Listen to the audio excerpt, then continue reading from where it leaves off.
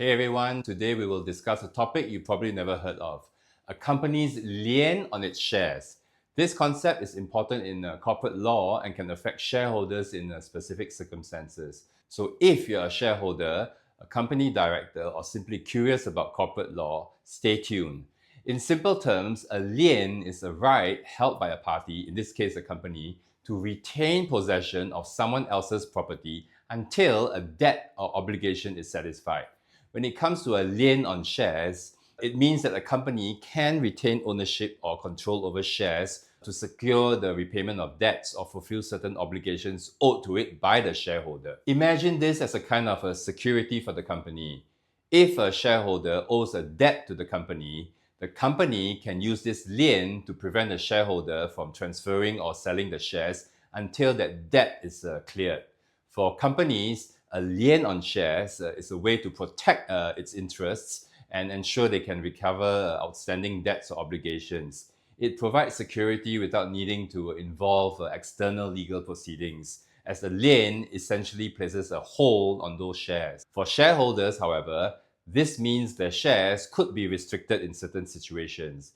If you're a shareholder and you owe the company, you may not be able to sell, transfer, or leverage on those shares until you settle the outstanding dues. Now let's talk about the laws in Singapore governing a company's lien on its shares. In Singapore, there isn't a specific standalone statute dedicated exclusively to the concept of liens on shares.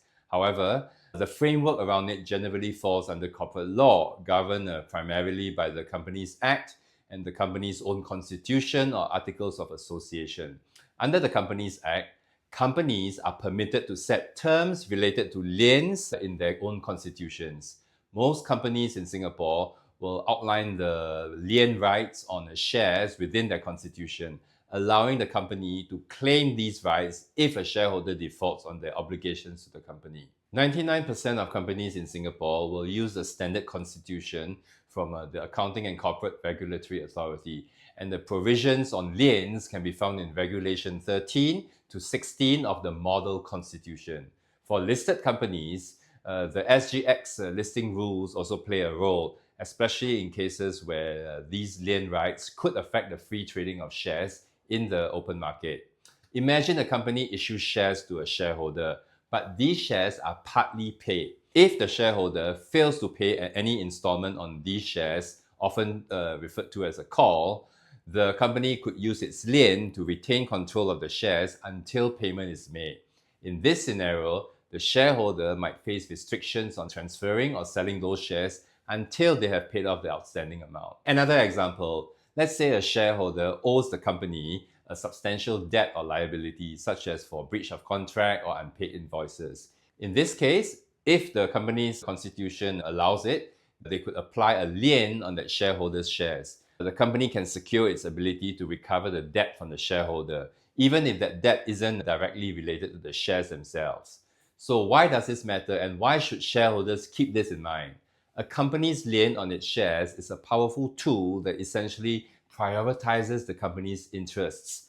For shareholders, this means being mindful of any debts or obligations owed to the company, as a lien can limit their ability to access or manage their shares freely. For companies, the lien is a flexible and effective mechanism. However, companies must ensure their constitution clearly defines the scope and application of lien rights to avoid legal ambiguity.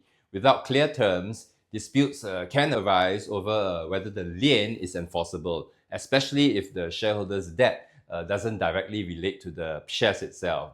So there you have it, a breakdown of a company's lien on its shares. This concept may seem abstract, but understanding it is key to grasping how companies protect their financial interests and how shareholders can be impacted by certain financial obligations. That's all for today. Thank you for watching, and I'll see you in the next video.